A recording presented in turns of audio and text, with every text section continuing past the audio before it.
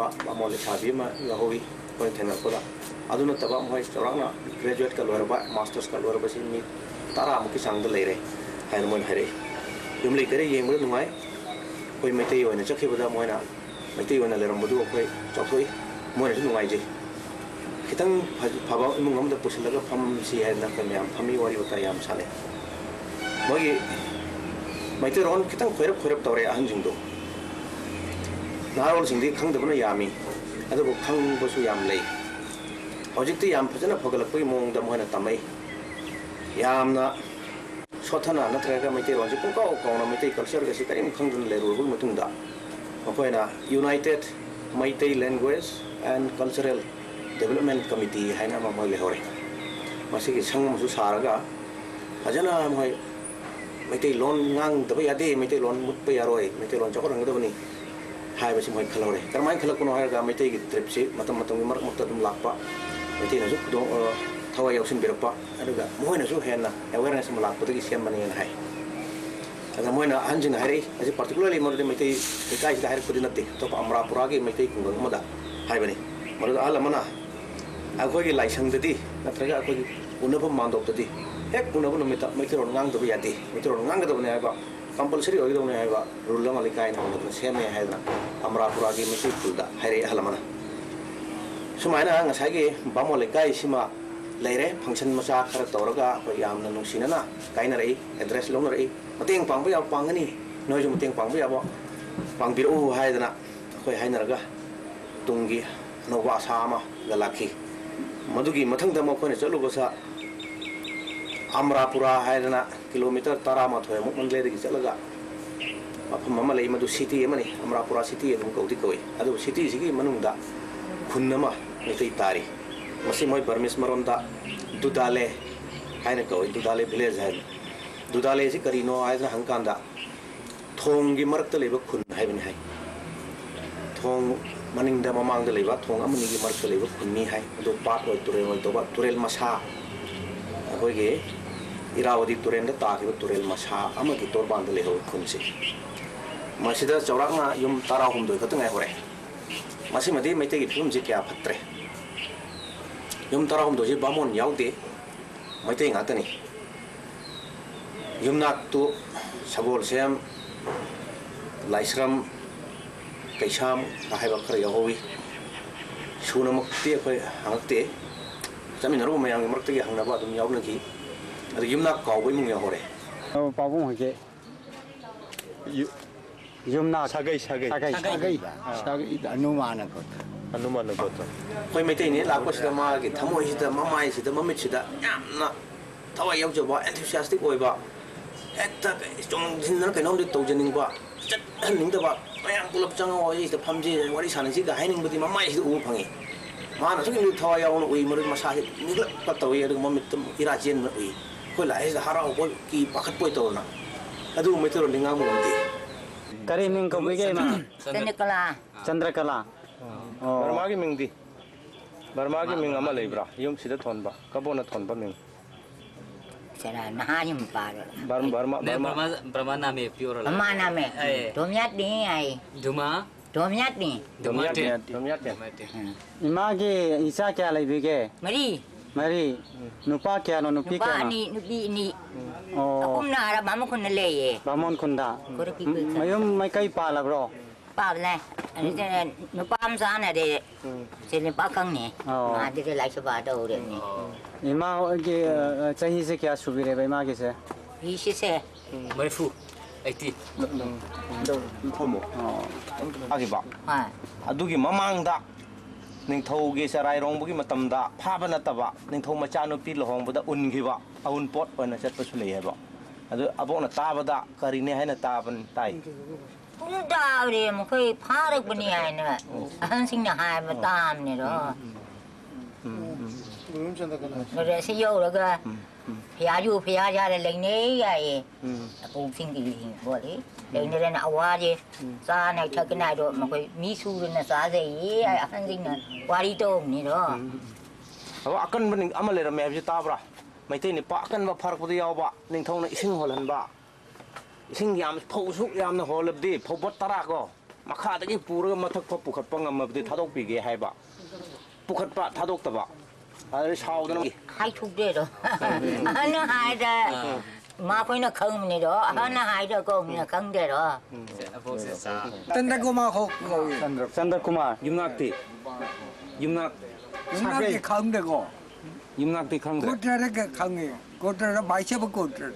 bai seba go trane ba oh ahana pung yei biram ba Quay. hojik sida se isa kya kano to bige isa isa kya lai ra kya sa lai sahi kya subira ge isa ge Cháu xe cô ni thế mà.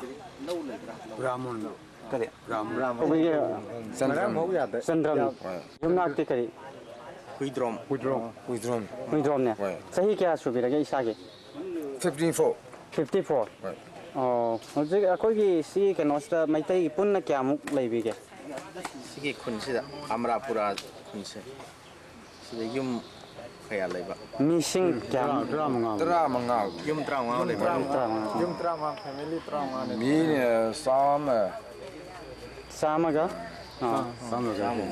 미 싸움은 왜 ado hojik si akoi gi leiba sida karmain toroga leibiri thaba ingang si kari tawbiraga 피사는 phi saba 왜 yum mayam ba phi loi sabra 피사는 sabra 왜 phi sabana ayamba keno to ado phi sabasida paisa phi ama sabada paisa kyamuk phangba ngambi bage phi amada 다윈 앤드레 se ngasai lupa lising ani pi ba phi ma utpado 왜 ko adu sabada numit kaya ni sang numit hello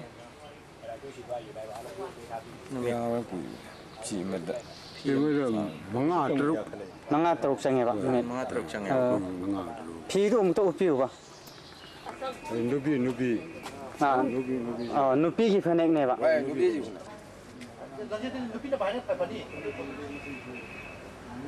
ꯑꯗꯨꯝ ꯁꯥꯕꯗꯤ ꯅꯨꯄꯥꯁꯨ ꯅꯨꯄꯤꯁꯨ ꯑꯗꯨꯝ ꯁꯥꯕ꯭ꯔꯥ 누비 사업니 Bí xài. 누바 할때 ꯅꯨꯄꯥꯗꯤ ꯍꯩꯇꯦ 왜 ꯑꯣ ꯅꯨꯄꯤꯅ ꯁꯥꯕ 왜 ꯑꯣ ꯑꯗꯣ ꯅꯨꯄꯥꯗꯤ ꯀꯔꯤ ꯀꯔꯤ 누바들이야 페이송 사업 ไทยโจมใส่ 페이송 อ๋อ Thế tôi đâu bây giờ này cái đó. 페이송 사업 สู้มาสิ 왜 셋단 셋단 Sao mình? กะดิ Là sao mình? ราสมี 라사메이ราสมี 라스마니 pronunciation도 sense ತಗೊಳ್ಳಿ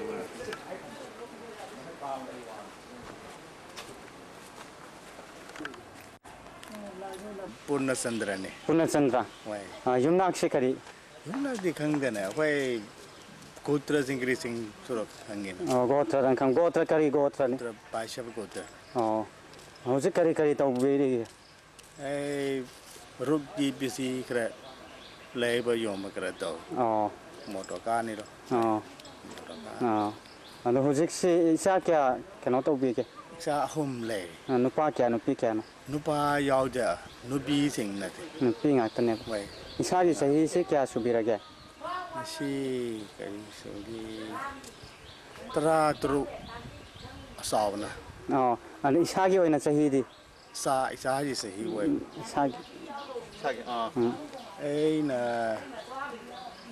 मरी 47 नहीं रो अरे मैं दे रूँ कर อ๋อ47สวย 47 อ๋อไม่เตรอนสิลอยน้ำงังนะดรับเราใช่สิ वे गान में जरा मैंने कजी करा ले हाय हाय नहीं रो वे อันนู้นไงจะได้ वे เย่ Pirasing Kowi. บิระสิง Kowi. อ๋อ Pirasing. อ๋อคดีโกตระดิสแก Angira sa. อังกฤษอ่ะอ๋อยุมนักสิขังเดรอ๋ออิชาสฮีแก่สุระแก Sahi one asan. Ani. อ๋ออิชาอันนี้สฮีอิชาเกเอสแก่สุระแกเอส 15.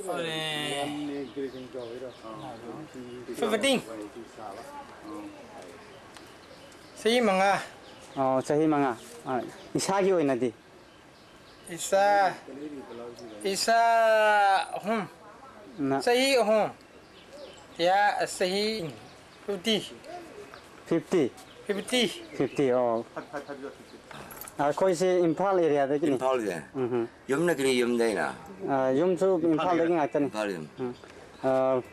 มิงใครกับวิเกปาวงเก 맹크스터 그말. คริสนาคุมาร 어이. อันนั้นก็ยุมนักตี 염나나 데비. 마욤. เดวีไม่ยุม 아 데비 마욤. ไล่ลาดปนิเนี่ยตัวดิ 아. อ๋ออาศัยที่มันดีสิขนาดนั้นเสพาตัวบิริเกหุสิปอ 만들 샤바도나 아랍. 약간 말리를 레이를 라연. อ๋ออันนั้นคืออิสากิสฮีสิแก่สุบิระแก 이 드룩가 드라수라.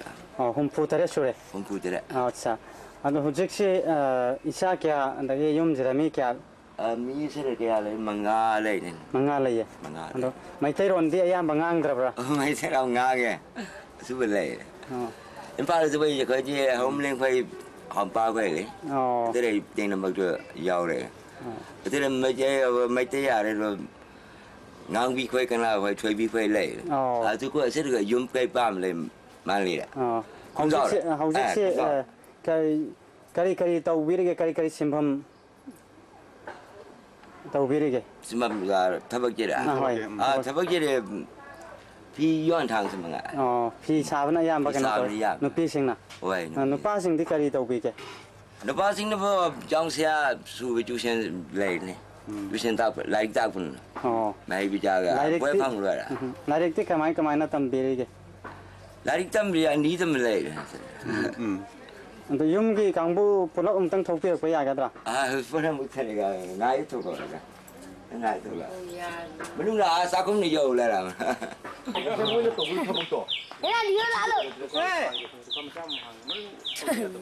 아드노 얼마나 맞았어. 그래서 좀 아들 아이고 너무 하이닝에 넘버 거. 너무들 내.เนี่ยปะ वाय वो मंडो อ๋อเลยใกล้เกี่ยวน่ะเลยปะ हाँ वाय लेगा ये อ๋อ Rangweo.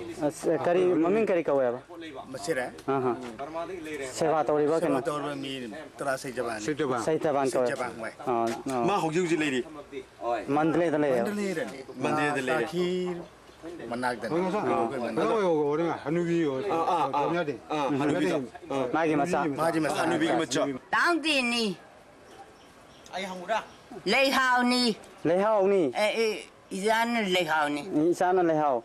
Magi ming na kai kau bi ba? Ho. Ming. Ming na. Lấy hào ni. Oh. Sahi kya subira ge? Ho.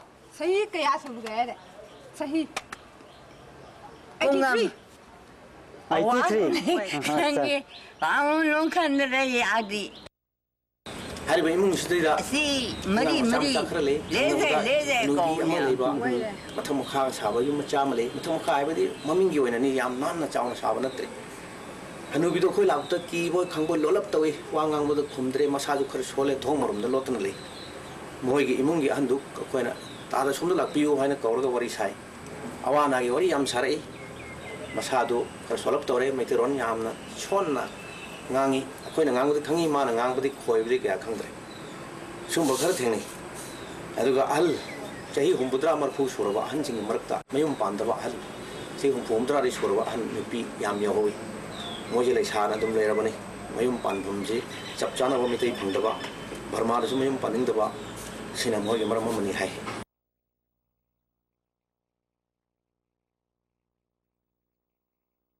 Kari min kau ke? भानुबदी Bhanupati. Bhanupati. Mitei da bamola. मैदे नी Mitei. Yumna kari. Yumnakti. यूना Kau re. याव गाव रे दो Kari kari tawbir ge yum sida kya mi kya lai bi ke? Hogji mi kaya le yumda. नी ले ले साबी नी ले Oh. मां ga ai ga ni मां ना ले नु वा दे बे Masule sabi. होय Nang sule sabi. मां ना अपि सन ने Ma di kanada nangi. हां Ma kanano. मां ना उलुमदी Ichi ra ini ra kanano. मनाव नी Nangi. नाव नी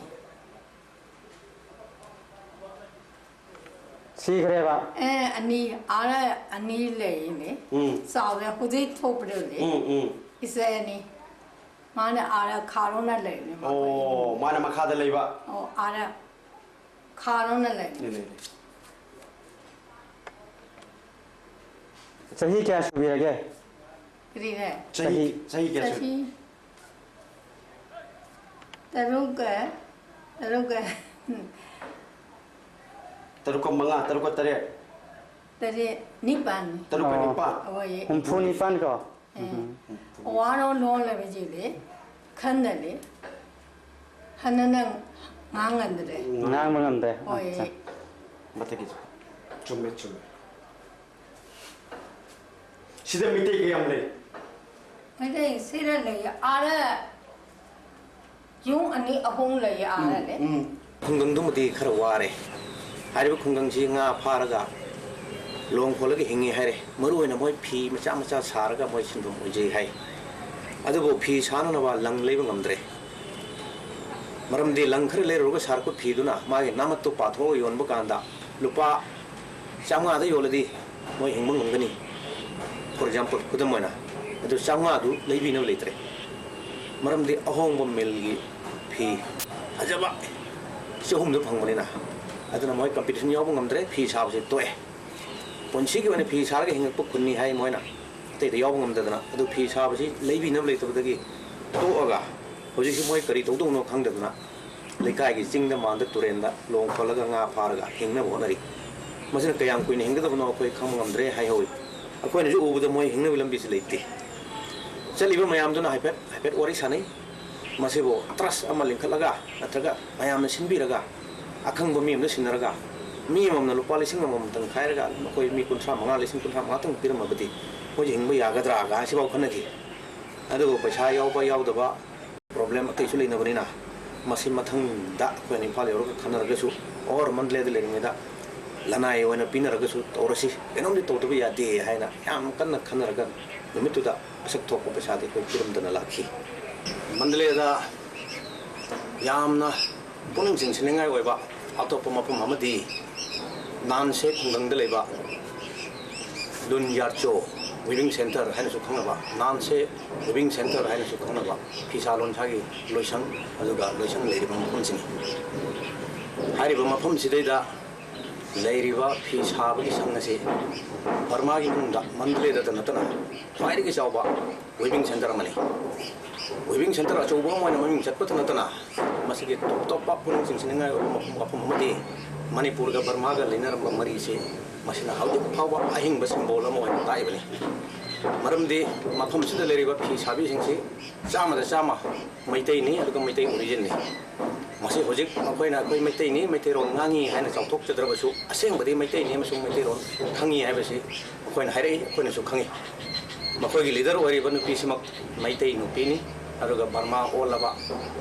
मैतै असेंबना पोकपा मैतै नुपीनी मसिना बर्मा ने यावब ngमदबा मैतै तगी ओइबा लनाइगी मैतै गी ईद चूरब फि साबगी मोंग से मफम मसिदा चथना लई मरमदना बर्मा ने यावबसु ngमदबा मैतै खतगे एक्सक्लूसिवली ओइबनी हाइबसिसु हाइमन बथोकते करिगिनो हायरगा बर्मा दा अमुक्त खंगनद्रिबा हौजिक फावबदा बर्मा मफम मतैदा तोंगनदबा मोंगदा पांगनदेम चामा दगिना पांगनदेम चहुम फावबा अपिकपा पांगनदेम सिनरगा मखल मखल गी मुसु थोनबा मरांग मरांग ब थोनबा लई कया सालबा मोंगी फिसालोन सा याम चथवरी थाइना कोइना वरीदा ताबा मैरांगी थोइबिना कबोद लोइचत मतंदा कबोनिंग थो समजोनिंग थो अंगांदा माना साबा फि पाइबो फि सि आइना पुदोन तमजरी हैन पिरे कबोनिंग थोना फि सि तिंथो मतंदा इस लिन यावरेना मजाबे मगे फि सि दे हैन चोंथोके हबी वरी लिन नते लिनगा वहोंगा जगोय साबा अंग अंग मखलगी मोंगदु पांगनदेम दा हागा थोइबिना सागिबो दुनि हाइबदो वरी होना लेबदो अखोय मफम सिदा उरिबा पांगनदेम चहुम भाव सिजनरगा पांगनदेम चहुम मखाय अनि दगी हेना सांगदबो पांगनदेम मयाम मधु सिजनरगा मयक मयक थोहलिबा मैतै लेसाबिसिंग मैतै नुपी मयामना बर्मा ओंजरबसु तहोइबा फिसागी मफम मसिदगी अखोयना खंगबदा मैतै गी हाना लेरम मोंगदु सि ओरबोरे अदुगा हजु भाव लेरि बोरे हाइबसे कोइ मिट नंगु फंगे मसिदगी चथरपा फिसाबगी सिंफम मसिना ngasi भावदा मैतै सिंगतना रन तोरगा एक्सक्लूसिवली ख्वाइदगी चावबा मंदलेदा और बर्मा को मुतक बारिगी चावबा अमसुंग ख्वाइदगी ममिंग चतु मफम ओइरी अदुगा बर्मा गी टूरिस्ट मैप सिंगदा tourist and business guide book सिंगदा मफम मसे ख्वाइदगी मरुअबा मफम नि हाइना कोइना हाइरी मरुअना मोइना ngaiबसे पांगनदे मयामदु सिजनरगा मयक थोनबदुनि मै उबो फंगिद्रबने तोप मफमदा मोइना क्लेम तवी मसे अखोगी बर्मा गी अमत तंगारबा खुदोलनि हैना अदु अमुकसु मखोगी लारिक फजना एरी रेंगुन फोंबा टुडे हाइबा टूरिज्म एंड बिजनेस के मैगजीन थागी फोंगुदा कोइन एरी मसे मणिपुर गी हरपनी हैना तबुतबो मणिपुर अमसुं आसाम दा कोइन जॉय तोगी मतमदगी हाइरिबा सिनमी सिंसी कोइन फारागा मफमसे खुंदाले तारागा सान गिबनी हाइबगी मोंगदा ई होय मोंगदुगी मतंग एरिबदो डिस्प्यूटेबल ओय मैतै निंगथौना मचानुपी और मचनुपी बर्मादा पीबा मतमदा अउनपोट ओइना खोंमी लानमी अदुगा सिनमी कया खुदसाइबा मी कया हिसाबी कया चटखिबगी वरी बलदु खुंदाखिबगी वरी सु लेबना अनिदु डिस्प्यूटेबल ओय फागिबो ओइबा याय और नोंसिनरगी मतमदा चारो मरुंग मतमदा चटखिबो ओइबा याय अनिदु अमबो ओरे मैतैदगी हरपनी मैतैगी कल्चरनी हौजिक फावबा मैतैना चथरी अदुगा मैतैगी खुदसा हाइबदो मणिपुरदा उखिद्रबसु मफमदुदा चप चाना थाइनगी मतमदुगी मोंगदा फि साबा चथरी हाइबसे हारिबो विविंग सेंटर सिदा अखोइना फजना उबो फंगिबसिनी अनि सिदैदा विविंग सेंटर से येंगो मतमदा मणिपुरगा बर्मा देश का हाइबदि अवालेबा का लेनर ममरीदो अखोइना फजना निंसिंग हले हारिबा खुन्नसी मखोइना नानसे हाइना कवि खुन्नसी चौरांगना युम निफु यांखै लेरंब खुन्नी हाय अदुबो हौजिक खुनसी मीदि लेत्रे ममिंगदि नानसे अदुम कौरी अदुगा खुन तारम मफम सिदा विविंग सेंटर से सारगा लई अदुगा आयाबा मफमना बर्मा गवर्नमेंट लोकसलगा खुन मफम तम गायरे ममिंग होंद्री खुनगी ममिंग से नेनरबो मतमदा मसे मणिपुर की चपचाबा मरी दुनी हायबसे अदुम थोई खुनसे बर्मा की अखंग हाइसिंगना बर्मा द खुंदादम लेबा मैतै हनसिंग हायबदा नानसे हाइबसे नोंपोक इंखोल नत्रगा नोंपोक कंगला हाइबनी हाइदना कोइ हाइबिरे मदुना मरमदि करिगिनो हारगा ममांगैदा मैतैगी निंथौ मचानुपी बर्मादा ओंगबा मतमदा मागी पुरक्पा अउनपोट अदुगा खोंमी लानमी मागी मतेंग पांगनबा मतारोय मयाम फिसालोनचा हाइबा खुचा हाइबा मयाम लाइबा मयाम तो खुल अमोन सेमग लेहनबियु हायदना मान हायबदगी कबो निंथौना मफम सिदा नोंपोक कंगला नत्रग नोंपोक इंखोल हायना थोलगा मैतै मयाम कुन ताखी निंथौ महारानी न कोनुंग लेगी अदना माग लांगनो मयाम दन कुन तारग लेगी मफम नि हायना नोंपोक इंखोल नत्रग नोंपोक कंगला हायना यामने नुंगसिना मैतै महारानी ना हायदे मणिपुर की राजकुमारी कबोगी महारानी ना थोनबा मिंगनी हायना तबिरे मदना नोंपो इंखोल हायबसे बर्मा मरोना पतुम कुरबी मतुंगिना नानसे हायना नोंपो इंखोल हारगा नोंपो के कोनुंगोल कंगला हाय खंगदना ngasi bawa नानसे हायना लेरी हायना को तबिरे मरम दुनिं सिंगरगदी लांदे फरक पो फाते मरी मता ओइनरिंगे मतमदा चारो मरोन मतमदा खुनता दिबा मयाम एक्सक्लूसिवली मफम सुदा नुआयना थंगिबि मो ओइना उइ अमो बोरे मैतै न ngasi bawa चथरन लेहोरी लेबा अनिगी लेंद्रगो मरी नुसिनरमबगी मरी और कल्चर की हिस्ट्री की पाक चौरबो संस्कृति की मरी अदो बनुगो फंगे अदुना अखोइन हंदक चलोरिबा खोंचर असे थोइदोपा एक्सक्लूसिव ओइबा अपुंग फारबा खोंचर अमदि नते सुमनगी थिजिन खोचिनबगी हानबा और अनीसोबा खुदमाबगी मोंगनी हाइबा ताई मसिदा कोइन थिजिनगदबा येंगदबा यामना वाली यामना अखंग अहि कयाना मफमदो चलगा थिजिलुबा येंगुबा नैनरुबा मतेंग पांगनबा अदुगा मतम मतमगी ओइना करम तोरगे हेन मरी फगटकदगे करम तोरगा खोइद कानबा फंगदगे और बर्मादा लेहरबल मैतै मियामदा कानबा करम पीगदगे हाइबन चिंगबा आर्ट का मरी लेनबा हिस्ट्री का मरी लेनबा कल्चर का मरी लेनबा थिजिनबा अमसुंग खोंचत के अमरुम दरकार होय तोरखिगनी हाइबा आशा थमनिंगी